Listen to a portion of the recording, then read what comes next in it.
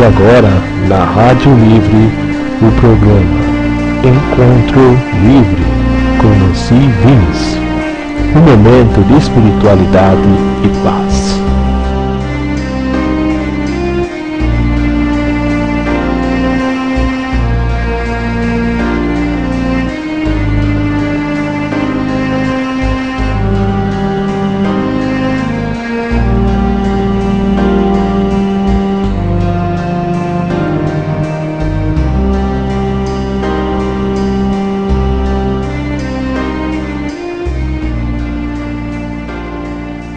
Oi, gente, tudo bem? Boa tarde, Sidney.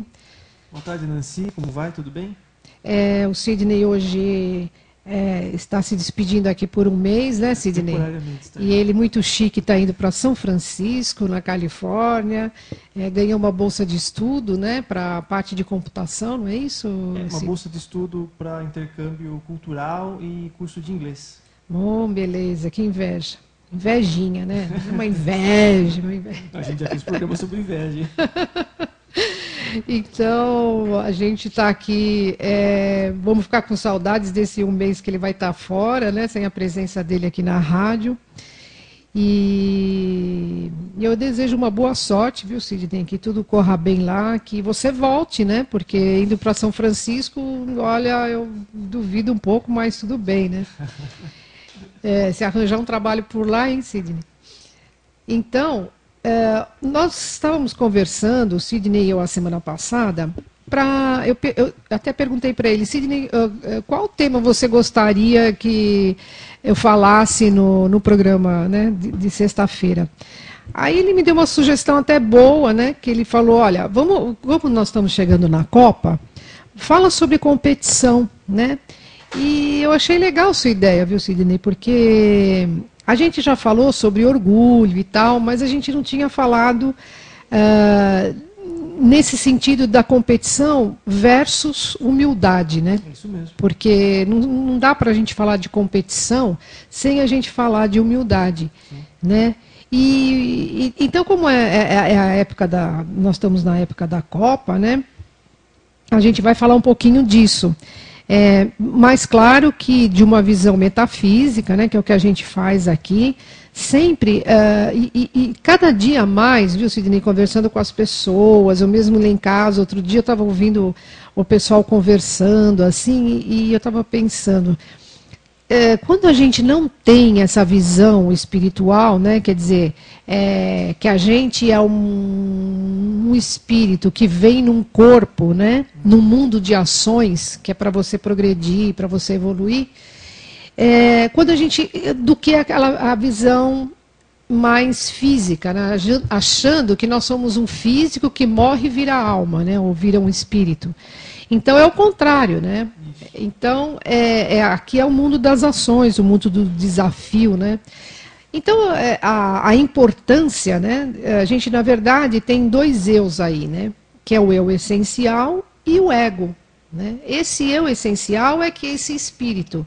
Então é isso que a gente vem com toda a bagagem, né, boa, com toda a potencialidade, né, para a gente desenvolver um bom trabalho. Seja na área que a gente quiser, né? A gente tem essa potencialidade para trabalhar na área emocional, no físico, no espiritual, no mental, principalmente, né? Hoje mesmo eu estava lendo um texto budista e ele estava falando sobre meditação, né? Então, que a meditação é uma coisa muito simples, mas ela tem que ser praticada todos os dias, né? E, de preferência, antes de você já indo para a coisa cotidiana, né, para fazer as coisas do dia a dia, então meditar, né, porque a meditação, a gente tem que ter perseverança também, né, porque quando você começa a meditar, aí vem a parte mental que eu estava falando, né, ele atua muito na parte mental, porque a nossa parte mental, ela vem com muitos pensamentos, né, então, e é pensamento bom, ruim, tudo passa na tua cabeça, né. Então, se você der força para os pensamentos positivos, ótimo. Se não, a gente cai no pensamento negativo e começa a achar que é aquilo. Mas quando a gente começa a fazer meditação, a gente entra no presente, porque o pensamento, na verdade, se ele estiver no presente, não estiver no futuro e nem no passado, a probabilidade de você ter pensamentos positivos é maior, porque você está no presente, você não está imaginando nada, né? Então a gente tem que dar força para isso. E quando o pensamento chega, é só observar, não faça nada com ele. Só observar, ele já perde a força se for um pensamento negativo, né? Então, é muito importante esse eu essencial, né? Porque o eu essencial, a pessoa simplesmente é. Ela não faz tipo, né? Quanto mais no espírito você tiver, mais calmo, mais paz você vai ter, porque você não tem essa necessidade de fazer tipo. Cobrança, né? Culpas. E outra coisa, você não precisa aparecer, né? Então, tem pessoas que têm uma necessidade muito grande, né, de aparecer. Então, uma pessoa que ela é centrada, agradecida, né, que ela vive nesse eu essencial, é como no Kabbalah eles dizem, quando a gente vive no mundo do 99%, porque o mundo do 99% é que é o mundo espiritual, o mundo das probabilidades. Nós aqui na Terra estamos no 1%. Então, quando você, por exemplo, está centrado, está agradecido, você está lá nos 99%, você está lá em cima, né? Então aí você se ama, você se aprova, né? Autoestima boa. Então, agora quando você se identifica com o ego, né? Com aquilo que você pensa que você é, né? Ou que você representa para o mundo, né? Porque tem gente que se acha tanto que se acha, né? E aí você cai, né? Você se torna uma pessoa arrogante, né? Porque se você se acha, você é arrogante, porque ninguém é mais do que ninguém, né? A gente está no mesmo barco, evoluindo, todo mundo, cada um na sua missão, né? E uma das coisas que faz também a gente sair muito desses 99% de probabilidade, né? É a gente ser juiz, né? A gente começar a julgar as pessoas, julgar situações, isso está certo, isso está errado. Não dá para ser assim, né? Mesmo porque a gente nasceu numa cultura, a gente tem umas crenças, né, de família e tal. E como que você pode julgar, por exemplo, uma pessoa, os atos de uma pessoa, se é certo ou errado? Às vezes para ela é o certo, né, que ela está fazendo, não é verdade? Então, é uma coisa que também entra dentro dessa ilusão, né? E a pessoa começa a se tornar arrogante. Agora, uma pessoa, quando ela é um pouquinho inteligente, não precisa ser muito, ela sabe que não existe isso, né? Eu sou melhor do que os outros. Por quê? Né? Por que ninguém é melhor do que ninguém? Porque a gente falha. Todos nós falhamos, isso faz parte da condição humana. Então não tem ninguém que é melhor, né? Às vezes até o Papa lá, ou então um guru, um yogi famoso que está lá em cima, ele falha também, ele está na condição humana. Claro que eles vão falhar menos, e nós, né, também, quanto mais consciência a gente tiver, a chance de falhar também é menos, mas falha. Sim. Não é verdade? Então, não tem nem um papa, nem um guru, nem um, sei lá, um cara mais que você acha assim, que é um estudioso, que sabe muito, ele acaba falhando. Né? Até eu estava ouvindo, estava tendo uma aula, né, de Kabbalah, e o Rabino estava falando que... Bom, eu já vou dizendo aqui que eu não sou judia, hein, gente? Eu sou metafísica, por isso que eu me abro para todos os ensinamentos e os conhecimentos que me ajudam a ser melhor, né? Conhecimentos espirituais, né? Claro. Ela não é religião, é bem importante, né? Você falar sobre isso. Uma hora eu vou fazer um programa sobre Kabbalah, porque eu acho muito importante, porque assim como a metafísica, que não é uma religião,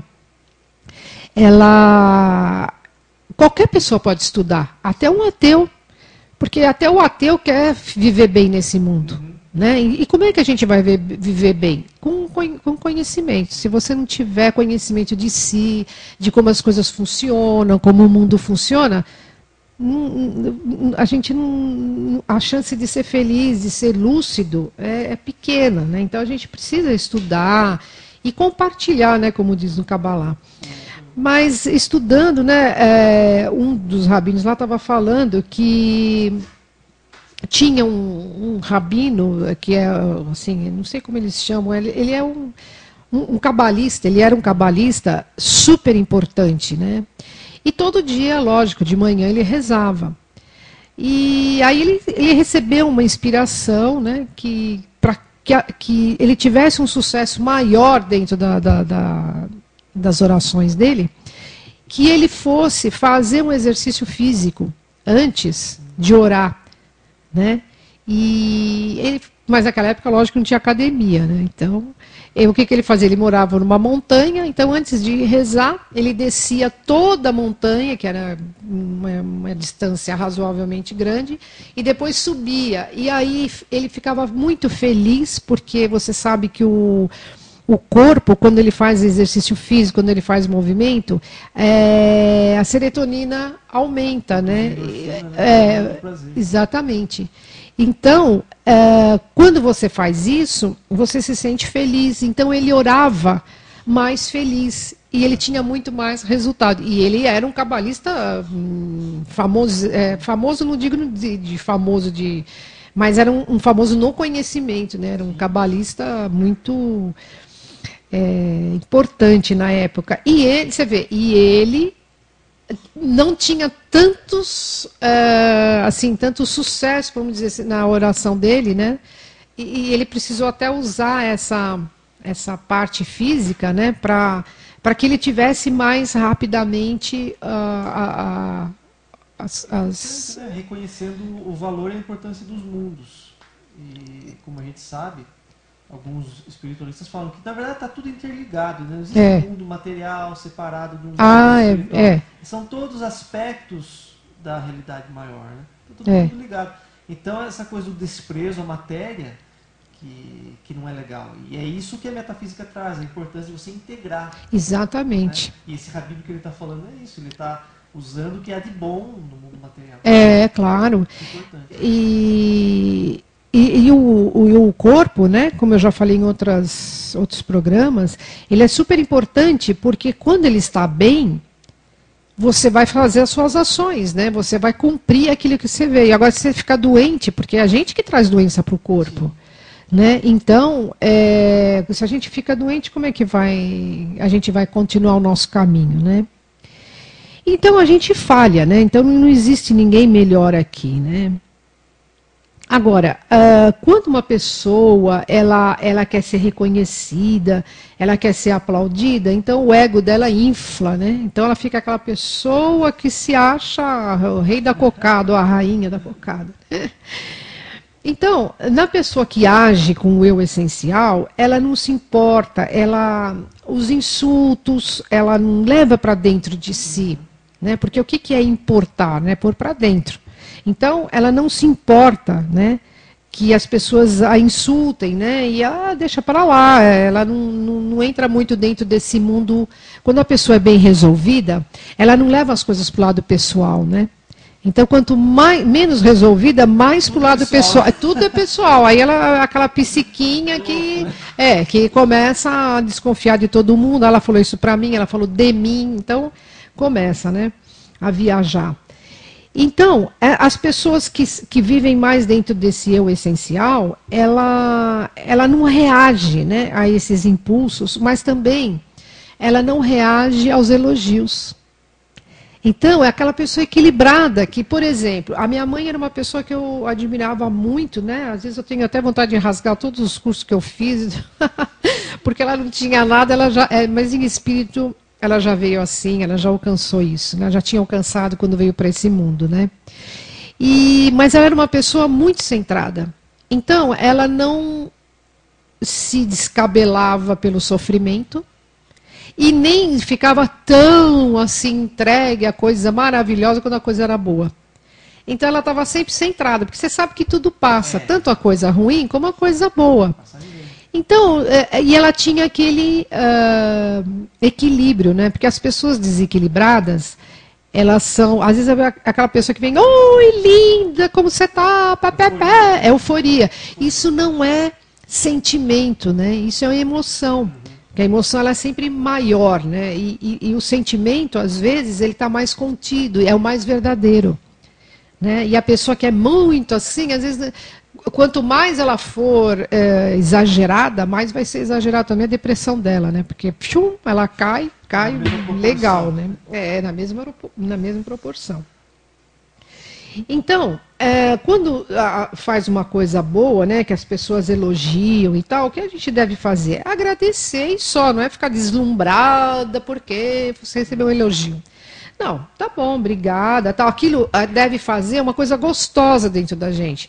É um conforto que a gente sente, né? Quando você faz uma coisa legal e alguém te elogia. Agora, se você começar a depender dos elogios, aí é que está o problema, né? Aí é que está... Então, no eu essencial, não há exageros, né? Uma necessidade enorme de ser aceito, de ser reconhecido, né? E outra coisa importante que acontece aí é que essas pessoas elas aceitam a vida e as pessoas como são e não como ela gostaria que fosse. A realidade, a aceitação, né, que é uma coisa muito importante. Agora, falando de competição, né, então isso eu quis só mostrar para vocês, né, o que é uma pessoa que vive dentro do essencial e uma pessoa que vive dentro do ego.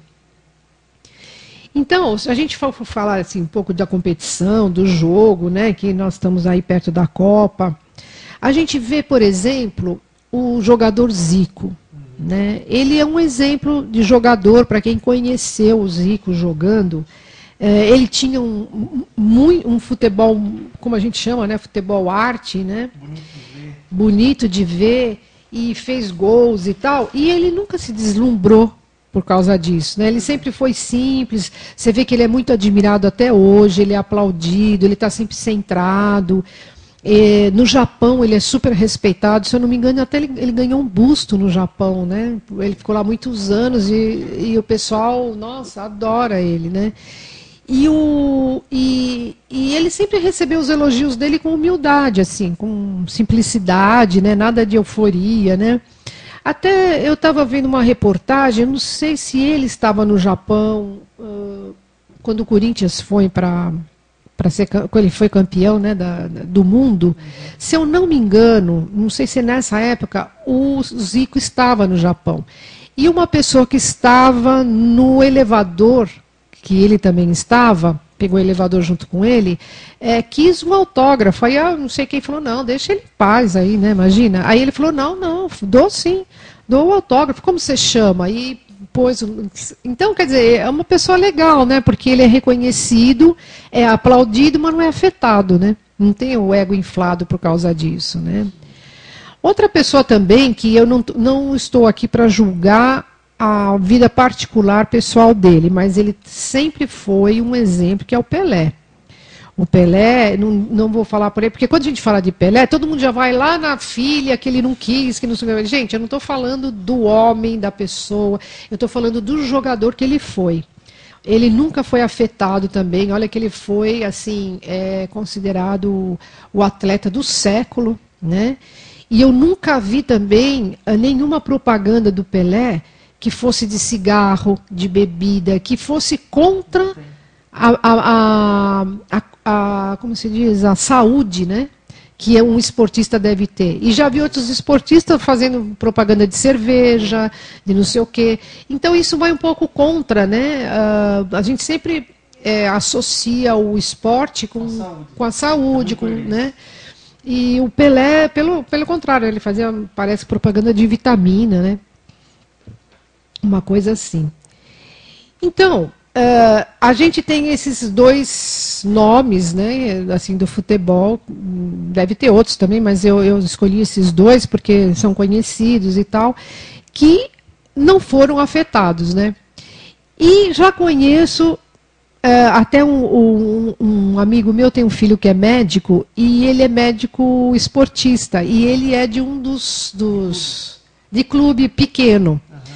E você acredita que lá tem jogadores que já começam a exigir coisas, eles porque estão no time que joga, né? É um time de, sei lá, segunda divisão, mas eles jogam, né, aí nos campeonatos e tal. Por causa disso, eles já se acham. Imagina, vê se pode. Eles já não querem, não vou treinar. Hoje não vou treinar. Ele falou, mas como? Você nem começou ainda, já subiu na cabeça, né? Então, é como o Neymar, né, quando começou. Quando o Neymar começou, ele já queria ser uma estrela, né?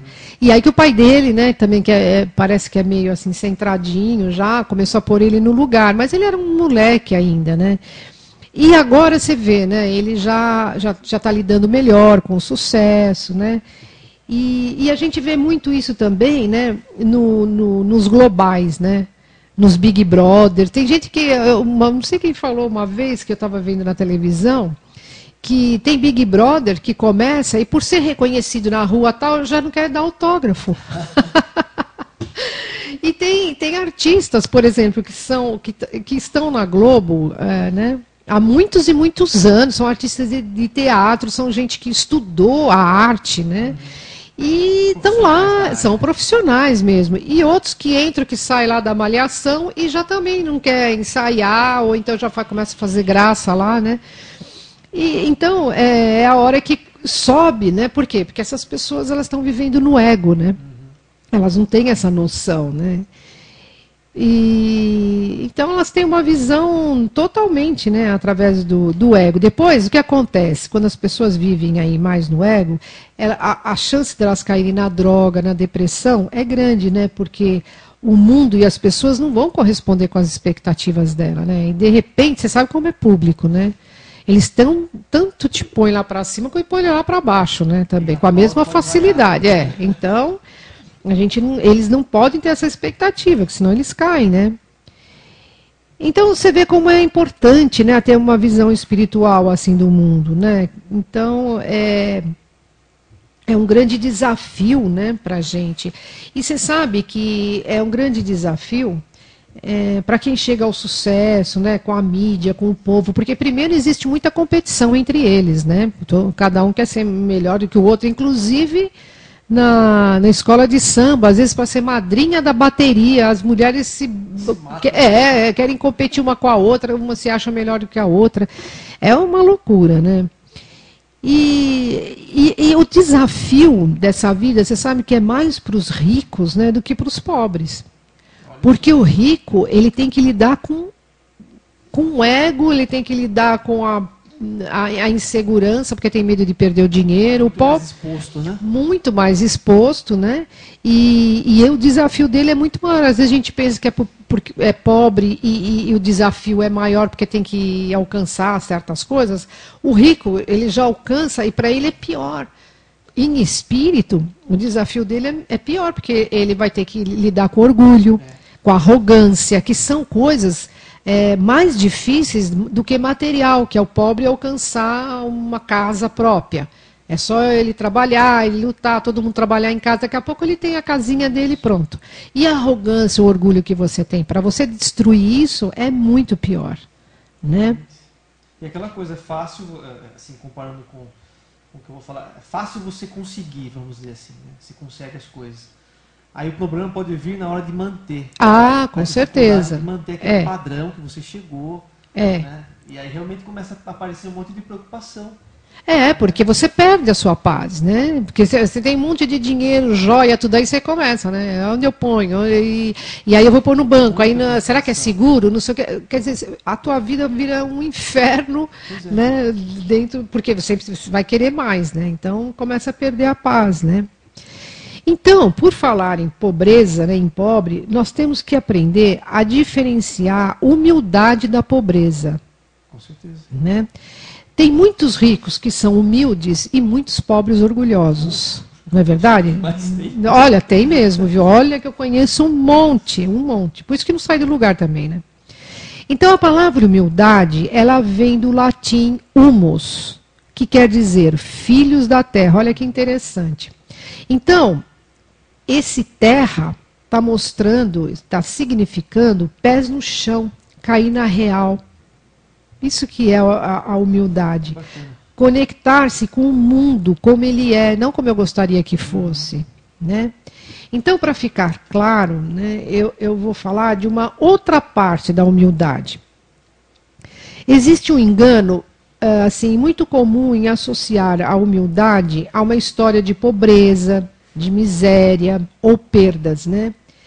E até mesmo se confundir com humildade, né? Com a pessoa maltrapilha, descuidada.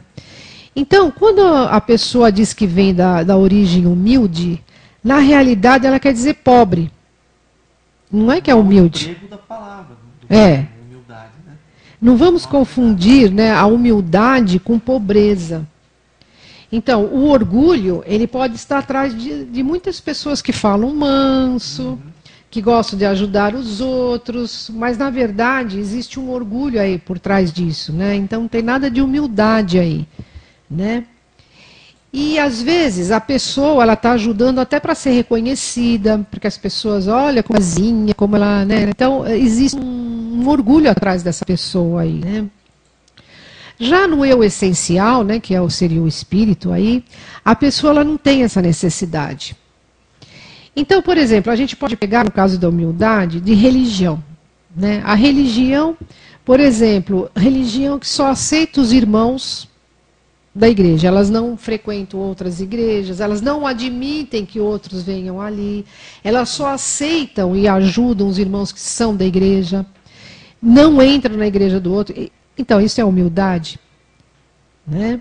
Então, quer dizer, está achando que a religião é a mais certa de todas, né? Então, isso é um orgulho. Isso é ser cristão também? Jesus, se tivesse aqui, nessa situação, você acha que ele não entraria, não ajudaria o outro porque não é cristão? Ele deu várias provas de que para ele não tinha essa barreira. Pois é, mas tem religiões que têm, né? Então, a gente tem que entender que hoje em dia, por exemplo, não dá mais para ter essas separações, né? Nós estamos na era messiânica, né? Numa era em que a consciência agora vai ter que ser mais forte, né, do que antes. Então, a gente tem que aprender, né, o que diferenciar humildade, pobreza, orgulho, né, tudo isso para que as nossas ações sejam... Do que é, né? Exatamente. Então, quando as nossas ações são para um engrandecimento só nosso, isso daí é uma falta de humildade, né? Nós estamos dentro da arrogância, dentro do orgulho.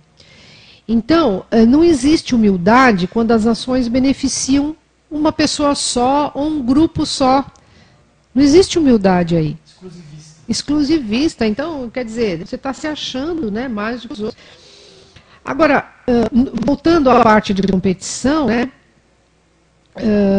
nos jogos, a gente tem o futebol, o vôlei, né? Eu vou falar de esportes que são grupo. Porque tem os individuais que competem com você mesmo, né? Na verdade, né? Que você tem que passar o outro e tal. Agora, num grupo não pode ser assim. Porque se você for exclusivista, né? Se você quiser aparecer muito, você estraga todo o grupo e acaba não ganhando o jogo. Como é que o grupo vai ganhar? E aconteceu no começo. Ele era tanta estrela que ele não passava a bola para os outros, porque ele queria fazer gol. Só ele queria ser estrela, aparecer. Quando ele começou, e principalmente agora, né, na Europa, que você vê que o futebol lá, ele é grupo mesmo. Né? Tem o atacante, faz o gol e tal, mas sempre o grupo. Então um passa para o outro, e aí o cara que é atacante lá faz o gol. Mas se não for assim, se o cara quiser ser estrela, então o que acontece? O grupo perde às vezes. Não é? Porque ele não passa a bola, e às vezes nem ele faz o gol. Né? A bola não vai chegar, né? E ele não deixa, né? Também. Às vezes o cara está bem colocado ali, até pede a bola para passar para ele, que para ele fazer o gol, ele não passa. Né? Então, esse egoísmo, esse egocentrismo, faz com que ele estrague, né, todo o jogo. E a chance do grupo perder é grande, né? Porque são jogos em equipe. não é jogo individual, né? E é interessante você levantar esse aspecto porque, em se tratando de competição, esse aspecto é interessante no sentido de que ele exige que as pessoas trabalhem de uma forma em que o outro acabe sendo também importante. Com certeza. Isso obriga a um desenvolvimento da pessoa. Exatamente. Você vê, por exemplo, quando eu acho legal, e não todos fazem isso também, quando o outro passou a bola, o cara fez o gol, e ele vai lá agradecer o cara que passou a bola para ele. Parte de toda a jogada para que aquele gol acontecesse. Exatamente. Então, esse cara reconheceu, né? Se não fosse aquele... Eu não lembro qual foi o jogador conhecido que eu vi, eu achei muito bacana isso da parte dele. Eu vejo eles fazerem isso. Mas eu fui na Europa, eu vi isso, viu? Então... eu não sei qual jogador, ele foi agradecer. Foi um desses jogos que eu vi da Espanha, eu acho, que era a Espanha campeã do mundo, não sei o que, não sei o que. E um deles foi lá agradecer o cara que tinha passado a bola. Que se ele não tivesse passado e dar bem no pé dele, ele não teria feito o gol. Esse reconhecimento eu acho fantástico. Mas a gente agora vai fazer um intervalinho, né? Enquanto vocês escutam uma musiquinha aí, e já já a gente volta para falar um pouco mais sobre essa competição, sobre humildade, tá bom? E depois a gente vai fazer um relaxamento. Então, gente, estamos aqui de volta e eu gostaria de passar para vocês o endereço do meu site, né, que é www.nancyvince.com.br. O nosso blog, que é www.encontrolivre2013.blogspot.com.br. E se vocês quiserem entrar em contato comigo para alguma coisa, ou mesmo se vocês tiverem algum lugar que vocês queiram que eu dê palestras, né? Porque agora eu já posso divulgar meu livro, viu? Porque já está na 3ª edição, já posso fazer meu livro tranquilo. É o primeiro? É o primeiro. Os sinais que a vida nos dá, que já está na 3ª edição. E agora sim eu posso fazer palestras, né? Se vocês tiverem algum lugar, e eu posso levar meus livros, e vocês vão ver que o livro é uma compilação do que eu falo aqui, né? Então, é muito legal, o pessoal tem gostado muito mesmo, por isso que está na 3ª edição, né? E, então, se vocês quiserem entrar em contato comigo para dar palestras ou alguma pergunta que vocês queiram fazer, o meu e-mail é Nancy, né, dizendo que Nancy é com I, Vince com CE no final, @gmail.com, tá? Então eu posso responder as perguntas, se quiserem convite para palestras para eu levar o livro, estou à disposição. Então, a gente está falando no programa de hoje, né, já que a Copa está aí, sobre competitividade, né, competição. E a gente não podia falar de competição se a gente não entrasse dentro do campo da metafísica e falasse sobre o orgulho, sobre humildade, né? Então, agora eu pergunto, né, até que ponto a competitividade é saudável? Onde vocês acham que, até que ponto isso é bom, né? Isso é bom quando ela não fere o próximo. Né? Quando você não prejudicar o outro. Muito importante isso. Não é verdade? Então nós temos que assumir que existe dentro de nós, todos nós temos esse espírito, né, de competição. Sempre lá no fundo você quer ser o melhor, você faz o seu melhor, né? E ela é uma energia, né? Uma energia tão forte, né? Que os estudiosos estão até fazendo uma análise disso com crianças, né? De tão forte que é a competitividade. Você vê que hoje a competitividade no trabalho também, né? Nossa, gente, é um estresse, assim. Eu trabalhava, eu nunca senti essa competitividade, sabia? Assim, a gente trabalhava... Não sei se é porque sempre nos grupos que eu trabalhei, a gente trabalhava porque gostava. E a promoção era uma consequência. O dinheiro vinha como uma consequência. Hoje não, né? Hoje, cada um quer ocupar o lugar do outro, é diferente, é uma competitividade, ali é uma competição com a gente mesmo, né? A gente fazia o melhor, mas sem desgaste, né? Sem atingir o outro. Hoje não, né? Você falou uma coisa importante, que é atingir as coisas como consequência do prazer, da realização que você tem em estar fazendo. Exatamente. E que, na verdade, muito do que está acontecendo hoje é o contrário, que as pessoas estão preocupadas com esse resultado. Né? Exato. Sem querer passar pelas etapas de forma mais menos traumática possível, ou mais prazerosa possível. Então você falou uma coisa muito importante. É muito importante mesmo, né? Principalmente o pessoal que está trabalhando, né? E as crianças, né? Porque as crianças já crescem numa coisa estimuladas, né, para competição, mas uma competição que não é sadia, né? Então, na educação, por exemplo, da criança, né, a competição ela pode estar dentro ou fora. Então, o que quer dizer isso? Né? Quando ela está fora, em geral, essa competição tem a ver com comparação. Então, é quando a mãe começa a comparar com o irmão, por exemplo. Tá vendo? Seu irmão, olha, que nota tirou, olha, é melhor do que você não faz nada direito, ele não, ele é organizado, você é um bagunceiro. Então, esse tipo de comparação começa, né, então, fora da criança, surgir essa competição que não é saudável, né? E, às vezes, até para agradar a mãe e o pai, né? Então a criança acaba ficando neurótica, né? Para competir com o irmão, porque, né? E vai saber por que a criança, às vezes, é o jeito dela, né? Talvez uma orientação, alguma coisa. Mas a mãe não faz essas comparações e aí a competição começa e começa de uma forma muito ruim, né? Agora, existe a competição para dentro, né? Então, por exemplo, você chega para a criança e aí vai fazer uma competição dentro dela, né, para ela. Então, é assim, por exemplo, a criança ela tinha uma letra feia. O mês passado ela estava com uma letra horrível. Tal. Aí a mãe chegou e falou, vamos melhorar a letra. Comprou um caderninho lá para caligrafia, né, e ela treinou e conseguiu, né. E aí...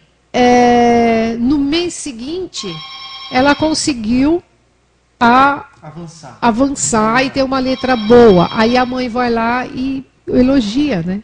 Fala, olha, tá vendo? Agora você tá com uma letra bonita, você progrediu, né? Então, esse tipo de competição é legal, porque é dentro dela, né? Dentro da pessoa, né? Então... É um progresso que a criança conseguiu. Então, isso daí é legal. Agora, existe outra competição, né, que é entre casais, né, onde deveria haver cooperação, né, entre os casais, e existe uma competição aí. Até isso. Aí o que acontece? O casal não vai para lugar nenhum. Porque eles começam a competir entre eles, ao invés de cooperar, porque dentro de um relacionamento deve haver cooperação e não competição. E até a palavra competição, eu não pesquisei, mas eu estava pensando sobre ela esses dias. Competição. O petição é pedir, né? Deve ser. E pedir com, não sei, pedir junto. Não sei, deve ter alguma coisa a ver, tem que pesquisar. Eu acho que tem que ver... não sei, eu estava confundindo aqui com colaboração. Mas vamos pesquisar, porque eu não pesquisei sobre essa palavra, né? E é muito legal, porque quando a gente vê a origem da palavra, você entende bem o sentido, né? A essência. A essência. Então, no esporte, né, é uma coisa muito legal, porque eu mesmo que pratiquei algum esporte, a gente vê o quanto a gente pratica a humildade e superar frustrações. Isso eu vejo às vezes nos jogadores, eu acho muito legal, sabe? Eu aprendo muito, eu gosto de ver, principalmente futebol. Porque eu vejo assim... eles às vezes ficam anos treinando, né? Chega na competição, perdem. Nossa! Então, mas eles perdem, eles ficam sentidos... Mas aí o cara vai lá fazer uma reportagem com ele, e aí tal. Não, e aí que a gente perdeu tal, e bola pra frente e tal. E bola pra frente mesmo, eu não vejo nenhum jogador chorar em cima do leite derramado. Eles vão pra frente, isso eu acho uma coisa super legal. E eu pego muito isso pra mim, quando eu tô meio que desanimando, tô caindo, falo, opa, peraí, vamos pra frente, né? Vamos. Já aconteceu, já passou, agora vamos daqui pra frente, né? E a capacidade que eles têm de lidar com a frustração, né? Porque é frustrante, né? Você ficar 4 anos, às vezes, treinando, chega lá, perde. Uma Copa do Mundo. Né? Para uma Copa do Mundo, ou mesmo individual, né? Um nadador, né? Numa natação, um tenista, né? Então, seja lá o que for, o esporte, ele desenvolve isso na gente. E é pior ainda quando a gente é segundo lugar, né? Você quer o primeiro, e aí você fica no segundo. Eu já vi muita gente, muito esportista, que não pega a medalha, não põe a medalha. Você vê, esse está lá dentro do orgulho, né? Não aprendeu nada. Então, isso é muito legal, né? Eles não choram no leite derramado.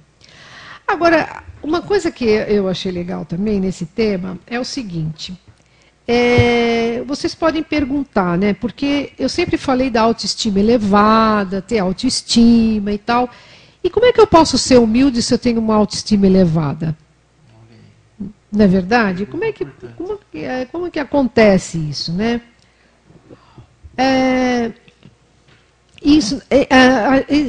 O que acontece é que a gente tem que estar sempre no equilíbrio, nunca nos dois extremos.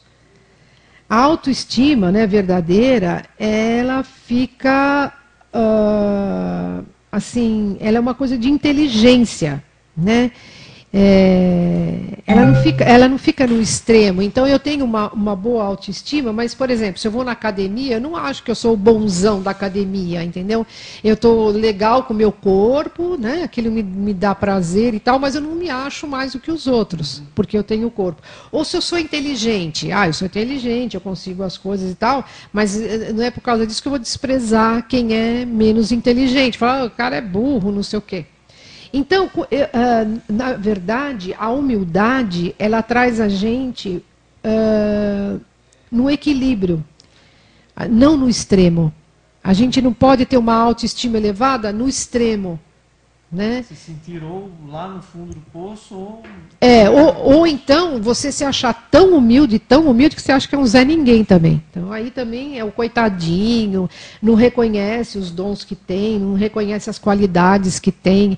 Então isso daí também está lá para tá ao contrário, né? Então a humildade, ela não pode ser considerada extrema de você achar que você é um Zé Ninguém. E na autoestima elevada também você achar que é o bonzão, né? Então, o que acontece aqui que a gente tem que ter? O equilíbrio.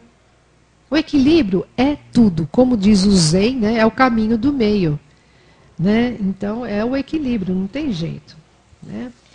Então, agora nós vamos para o relaxamento, né, de hoje, para terminar o nosso programa, desejando aqui, viu, Sidney, uma boa viagem, vai com Deus, que tudo corra bem lá, com sucesso, e tá, que vai estar esse programa lá gravado, www.encontrolivre2013.blogspot.com.br. Também o canal do YouTube.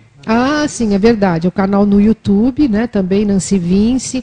Ou vocês por palavras, né? Vitimismo, poder, né? Sei lá, metafísica, né? Também vocês vão ver meu canal no YouTube lá. Então vamos lá para o relaxamento de hoje. Eu gostaria que vocês respirassem profundamente, né? Por 10 vezes. E assim, conforme vocês vão inspirando e expirando, vocês vão acalmando a mente, acalmando o coração, se conectando com a luz do Criador. E vamos deixar essas vozes internas e externas surgirem, né? E só observa e vai se acalmando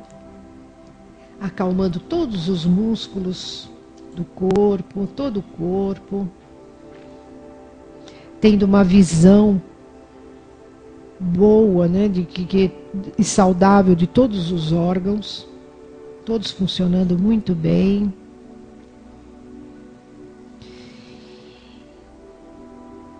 E eu vou falar agora no nosso relaxamento,